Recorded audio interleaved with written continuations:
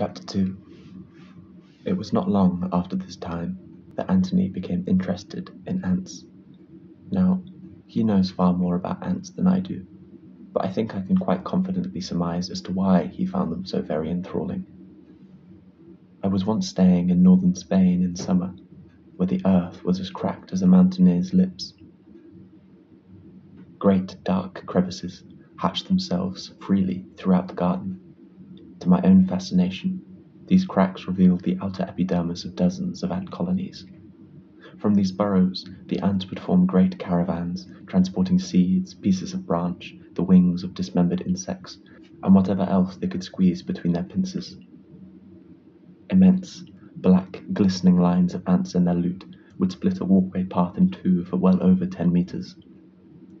Many times I would lie in the dry grass at the end of the caravan, at the forage site, and watch as the ant would pick something up and begin the great march back home.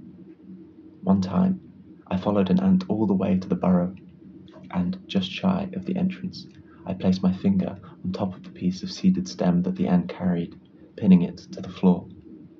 The ant stopped, of course, and continued tugging at the all of a sudden impossibly heavy piece of stalk. After a few tugs, the ant conceded. He released the grip. I waited for his reaction excitedly. But like a log dislodging itself from the riverbank brush, the ant fell back into the black current and once more marched away from the nest to gather something else. There was no hesitance, no regret, no dismay, no resentment.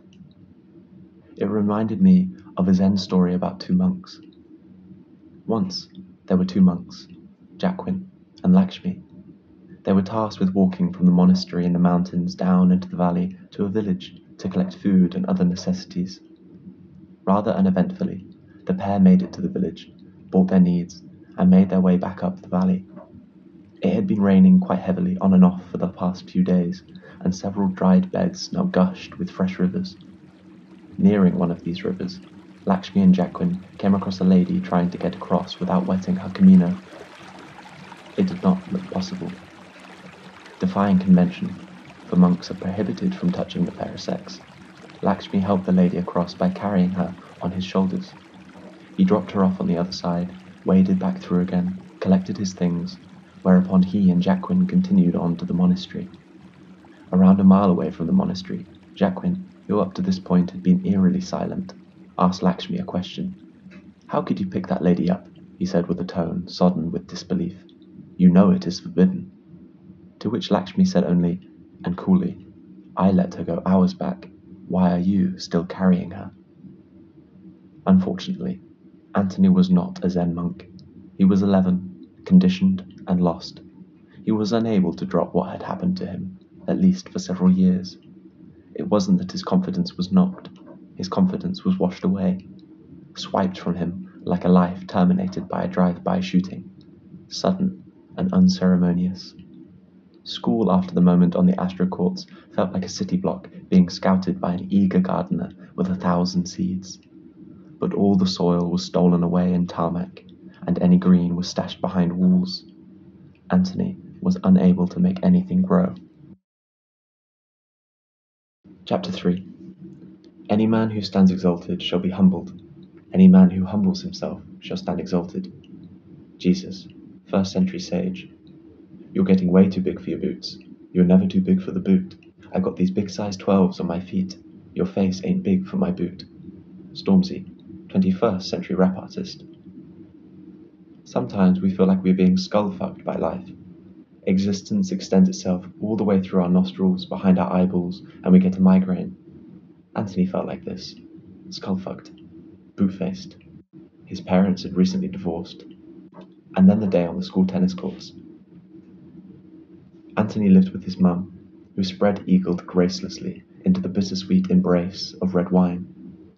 She bobbled between soberness and spitefulness, always looking for a new target to fob her own pain off onto. And because drunkenness is always a fresh adventure, the target ended up as Anthony or his sister, as monotonously as a bus driver punches tickets. "You don't want to live with me, do you?" his mother would slur most evenings, impassioned. "You don't even like me. You don't love me. So what if I'm drinking? You're going to tell your dad, aren't you? You tell him everything." Anthony had always struggled with speaking, not just elucidating his ideas, but formulating words properly. I guess you could call it a stammer, but it wasn't really that.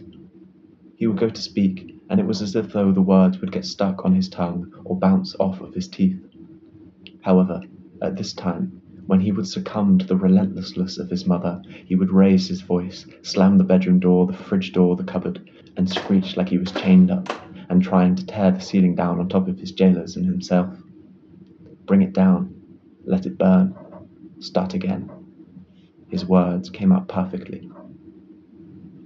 The other time his words flowed were when he was addressing a colony of ants. Watching them, he was in many ways able to withdraw from his experiences the lessons that needed to be siphoned from them, almost as though watching the networks of little black workers traversing a burrow or a hollowed log reconfigured the networks of his mind. The precision and conviction of each movement from each ant was like receiving a neurological massage. Coherence and connection soothed his disarray and despondency. You each know your place, he said amongst them, his chest to the floor, several months from his 12th birthday. You do not push or shove or compete, Anthony hummed to himself. This is what I did, isn't it? I tried too much to become something that I wasn't, and that personality grew like a balloon and popped and left me with nothing. I ought to be myself. As with any lesson, one cannot be expected to live the lesson straight away, just as a baby does not see their father walk once and get up and follow him. However, like the gardener in his cityscape garden, Anthony had found a scratch of dirt amongst the concrete and impregnated it, a seed of change. It would be years before the produce was properly fit to eat, but something was changing. He could feel the roots extending into his psyche, and their aliveness, their wriggly tentacles, instilled with him fresh gumption to seek sunlight again. He got to his feet and dusted himself off. His grip on the path softened. Lakshmi smiled.